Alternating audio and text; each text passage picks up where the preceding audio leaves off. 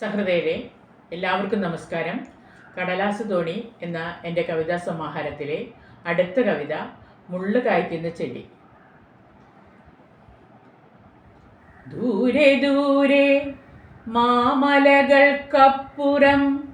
വേദനയുടെ മുള്ളു കായ്ക്കുന്ന ചെടിയിൽ തല കുനിച്ചിടാത്തൊരു ഇല പോലുമില്ല.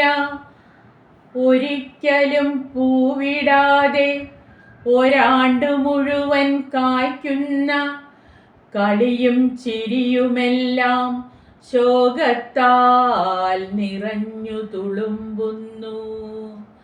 വിഷാദത്തെ ഉരുട്ടിക്കളിക്കുന്ന വിശന്നു വയറൊട്ടിയ കുട്ടികൾ നിരന്തരം പറത്തിവിടുന്ന നിരാശയുടെ തൊങ്ങലുവെച്ച പട്ടങ്ങൾ ചെടിയുടെ മുള്ളിൽ കുടുങ്ങിയിപ്പോൾ ചലനമറ്റെങ്കിലും അല്പം പോലും കീറിയില്ല. മഞ്ഞണിഞ്ഞ മാമലകൾക്കിപ്പുറം വസന്തം പുതച്ച താഴ്വരയിൽ സന്തോഷപ്പൂവു കായ്ക്കുന്ന ചെടികളിലെല്ലാം തളിരിലകൾ തലയുയർത്തി നിന്ന് ആനന്ദ നൃത്തം ചവിട്ടുകയായിരുന്നു. അപ്പോൾ എങ്ങു നിന്നെന്നറിയാതെ അതിശക്തമായൊരു കാറ്റുവീശി. ഏങ്ങലിൻ്റെ ചീളുകൾ ശക്തിയായി പതിച്ച് ചിന്നിച്ചിതറിപ്പോയി സന്തോഷപ്പൂവുകൾ. നീണ്ടു നിവർന്നാഹ്ലാദിച്ച് ചുവടുവെച്ച ഇലകൾ നിലവിളിയുടെ പശ്ചാത്തലത്തിൽ അന്നു മുതൽ നീലേ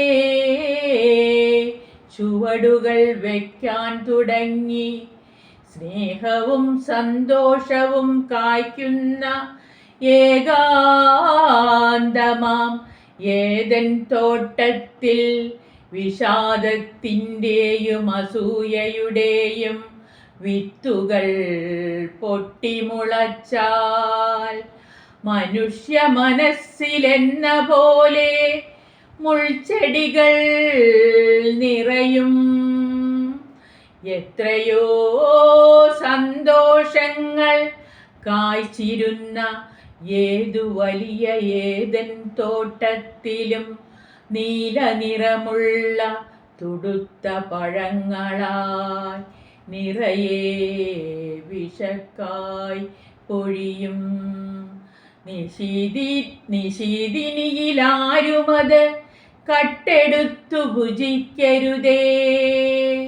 നിശീതിനിയിലാരുമത് കട്ടെടുത്തു ഭുജിക്കരുതേ.